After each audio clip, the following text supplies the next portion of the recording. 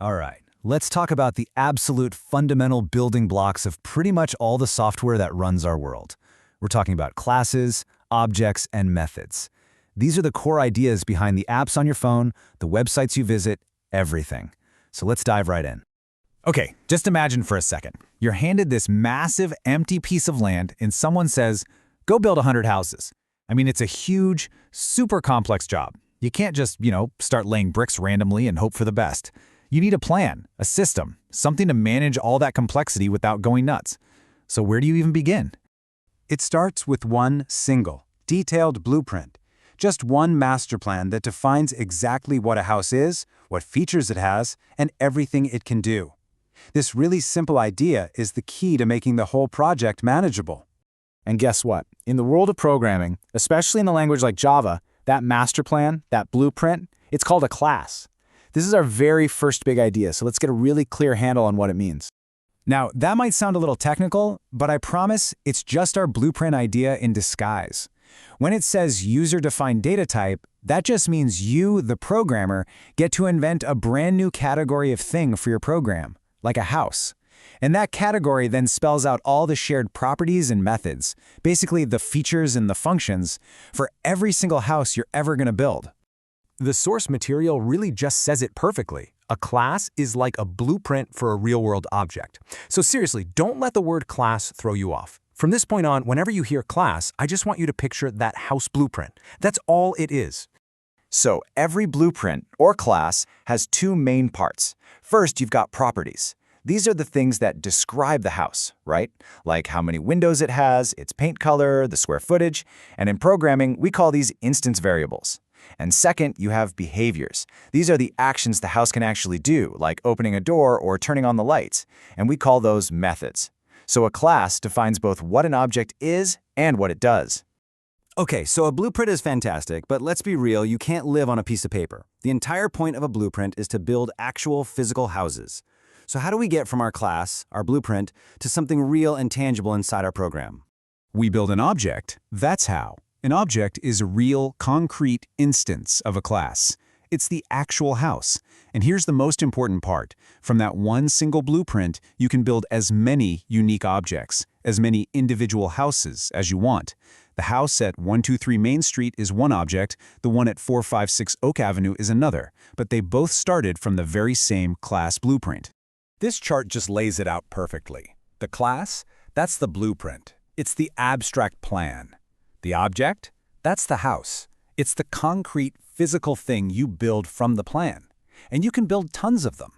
Getting this difference is absolutely key to understanding everything else.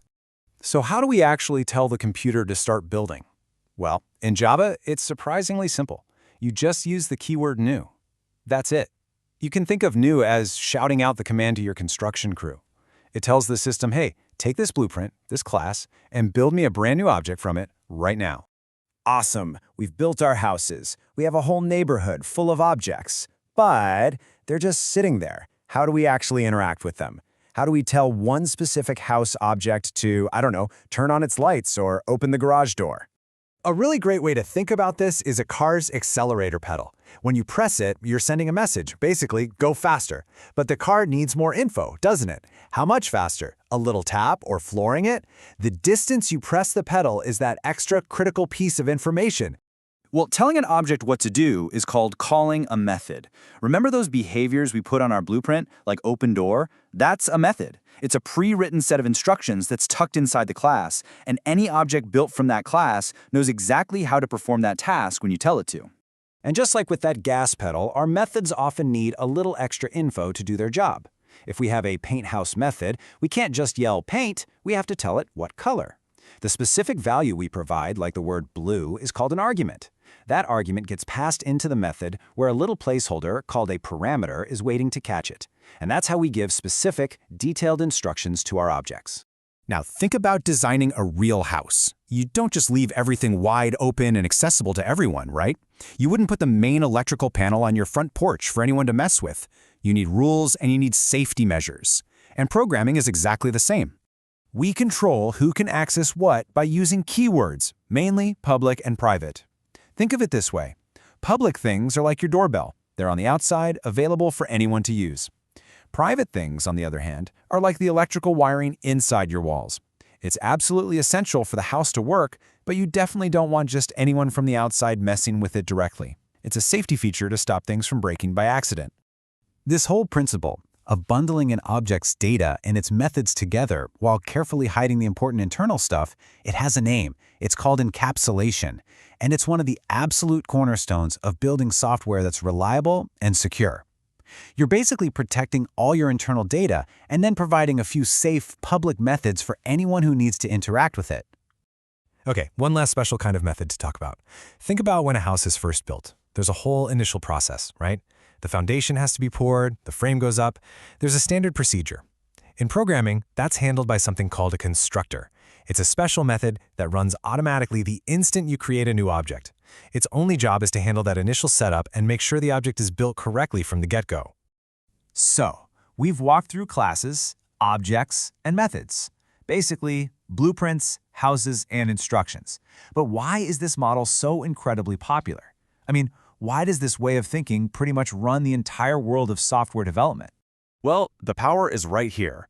First, reusability. You write one class, and you can stamp out thousands of objects from it. It's incredibly efficient. Then there's organization. Instead of a single million-line mess of code, you have these neat, tidy, self-contained objects. What about maintenance? If you find a mistake, you just fix the blueprint, the class, once. And every new house, every new object you build from that on is automatically improved. And finally, safety. That idea of encapsulation we talked about protects your objects from being accidentally messed up by other parts of the program. It's just a smarter way to build. At the end of the day, this isn't just about writing code. It's a really powerful way to look at the world and model it in a structured, organized, and scalable way. So the final question I have for you is this. Now that you know about blueprints, what would you design? A car,